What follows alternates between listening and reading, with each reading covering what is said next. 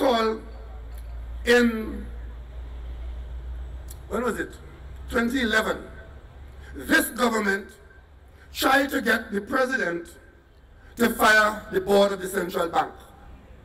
Besides the governor, there were 8 members of the board of central bank. The government tried to get the president to remove them. The president refused. You know what this UNC government did?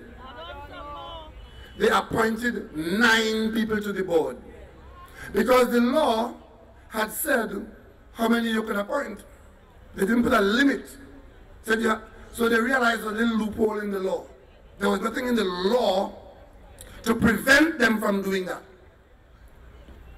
So they appointed 9 people to the board and made the board a board of 17. So the control they wanted to have by changing the board, because the president didn't agree, they didn't accept the president's control of the situation. They went around the presidential control and appointed 9 people to the board. They now have 17, and they appointed their own governor. Because you may recall, when Governor Williams retired, the deputy governor of the central bank was one of the brightest economists in the region, Dr. Shelton Nichols. This government and the arrangements did not even give Dr. Nichols an opportunity to apply for the job where he was the deputy and the logical replacement of Mr. Williams. And there were other senior people in the bank who they didn't consider. They brought in the man who is now the current governor of the central bank. And at the time we objected, because we knew that this was an area of high skill, requires certain temperament, and it ought not to be a political football as it was being made at the time. Today, many of you go into the banks, you can't get, I heard this morning from one station, somebody went to get $15 US to pay a bill in a bank in Trinidad and Tobago, and the bank told them they could not get it. Many of you have children abroad, you have to pay their upkeep and their bills. You go to the bank, you can't get US dollars. There's a raging black market going on in Trinidad and Tobago today, because if you want the US dollars and somebody has it, you have to pay what they're asking for it to get it. For 21 years, we didn't have that problem in Trinidad and Tobago. Because when we floated the currency and we put an arrangement in place through the central bank to manage and allocate foreign exchange to the commercial banks to ensure that you, the householder, you, the small business owner, you, the medium business owner, we, the country, we can have a supply of US dollars or whatever you need to conduct your business. For 21 years it went well. But in secret, in April of 2014, the governor of the central bank changed the allocation procedures in Trinidad and Tobago. Unbeknownst to the people of Trinidad and Tobago, no announcement, no information, no nothing, secret. Bringing more people to deal in the foreign exchange allocation. When we in the opposition found out what he had done, we called a press conference in our office, and it was the first time the country would have known that the 21-year-old stable system for allocating US dollars had been changed by the governor of the central bank. And there are some people in this country who are very conconcert. You know what that word means? Good. You know Tobago words. I heard one on the TV saying, well, you can't blame him because everybody has tried something. They could try something. So I want to ask you, the people of Trinidad and Tobago, who authorized the governor of the central bank to try something with a 21-year-old stability system that has the confidence of the people and the international community? You know, by trying that something, you know what he did? Brought in people who largely have no foreign exchange of their own. Give them now a claim on the supply of foreign exchange. Whereas before, the largest bank, who had the largest customer base, would have got the largest share of the foreign exchange and could have serviced the customers, and we're all happy. They have a new system now where you get it based on VAPs.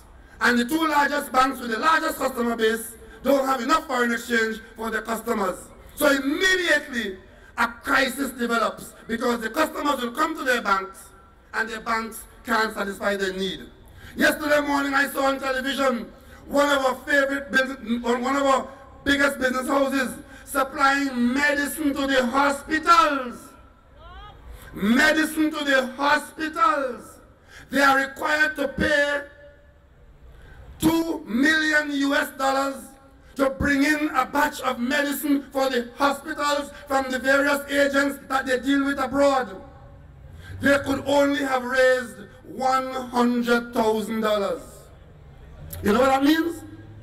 It means that there'll be a short supply of drugs in the hospitals.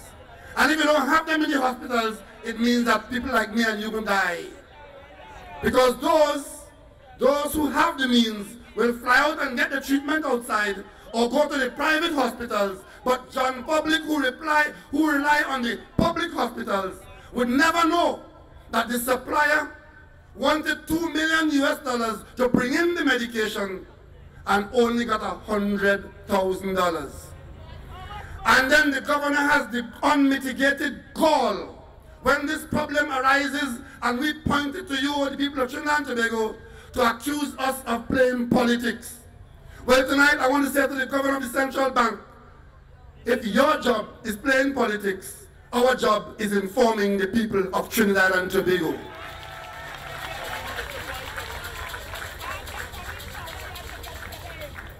Today, there are many business houses in the country who cannot service their needs because the interference with the system has created instability and a lack of confidence. People are going to lose their jobs or lose their businesses. And once the black market begins to grow, it's like a cancer, it never goes away. Because right now, whereas before in the period of stability, persons would have gone, if they have US dollars, they put it in the bank. But because you can't get out of the bank, those who have US dollars not putting it in the bank, and it's a downward spiral of availability of money. And all of that is destroying the economic potential. If you want to travel, you have to go to the bank now with your ticket and your itinerary. And if you're lucky, they will give you a couple $100 US. That is what is going on. And they tell you, there's no problem. There's no problem. The country has $10 billion. Well, if it is so, why can't the lady get $15 in the bank, smart man?